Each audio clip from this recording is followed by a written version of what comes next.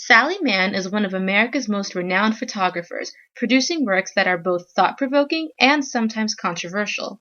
She has written many books, including her first book named Second Sight in 1983, and her most recent work, The Flesh and the Spirit, in 2010. There is also a feature film about her work that debuted in 2006, called What Remains. As she was maturing as a photographer in the 1970s, Mann liked to explore various themes. This landscape presents an aesthetically evaluative photo for the viewer through its use of the sun's rays casting light over the rolling hills of the south. These contrast starkly with the dark clouds that actually take up most of the picture, giving off a sense of a struggle between light and darkness. These themes of light and dark, good and bad, innocence and corruption will play a part in many of Mann's later works. Eventually, Mann would move more towards portrait photography, utilizing her family and other human subjects in her work. This photo is Dream Sequence, another one of Mann's early works, which she took in 1971. This head-on shot once again utilizes light in this black and white photo to draw attention to the juxtaposition of the varying position and facial expressions of the two subjects. The woman lying down is cast in light, a symbol of her purity, which contrasts from the look of fear or shock evident on her face. Her position of lying down makes her more vulnerable as well when compared to the woman standing over her. The woman standing, which innately gives her position a power in the image, is bathed in shadows, hinting at her corruptive nature. This photo brings an element of vulnerability to Mann's works, a theme that she showcases in some of her more controversial works, which will be shown next. This photo was taken in 1992 and is part of Mann's family picture series. The image is titled Vinland and is of someone in her immediate family, most likely one of her kids, as she used them in many of her works. It's photos like these that began the controversy surrounding Mann. In the image, a young girl of unknown age, dressed only in underwear, is turned away from the camera, with her legs cut off from the shot and her hands on her hips. She seems to be looking down at the darkness at the bottom of the photo, and not the light that rains down from the sky above her.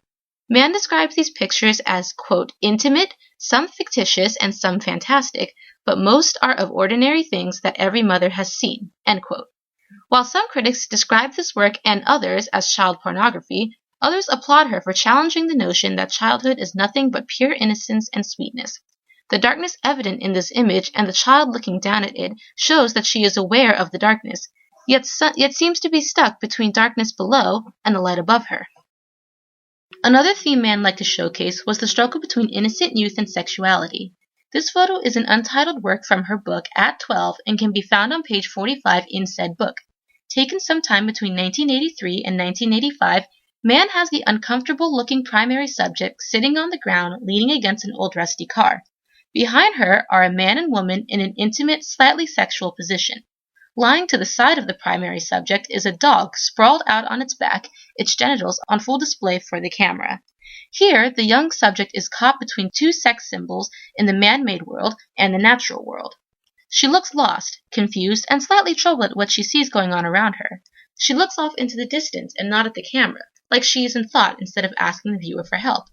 Mann liked to question and depict the cultural interpretation of sexuality, and in this image she keeps with her theme of adding a measure of innocence to struggle with this concept. Most of Mann's images are equivalent photos as they challenge the viewer to see beyond the superficiality of what is depicted. While many of her early works are of landscapes that are aesthetically evaluative and interpretive, a lot of her later ones are more portrait style and interpretive. Her photos that showcase death through dead bodies can be categorized as ethically evaluative as well as interpretive based on how the body is positioned. Her works explore the darker side of society and depicts how the pure in our world struggles with this corruption. This conceptual take on innocence, vulnerability, sexuality, death, and a number of other topics gives the field of photography a framework for how others can go about stepping outside of the boundaries of pure and evil or good and bad. Mann seamlessly works both into images in a thought-provoking way. The significance of her works has enabled others to not only be aware of, but also consider how contrasting elements in society and nature react to one another.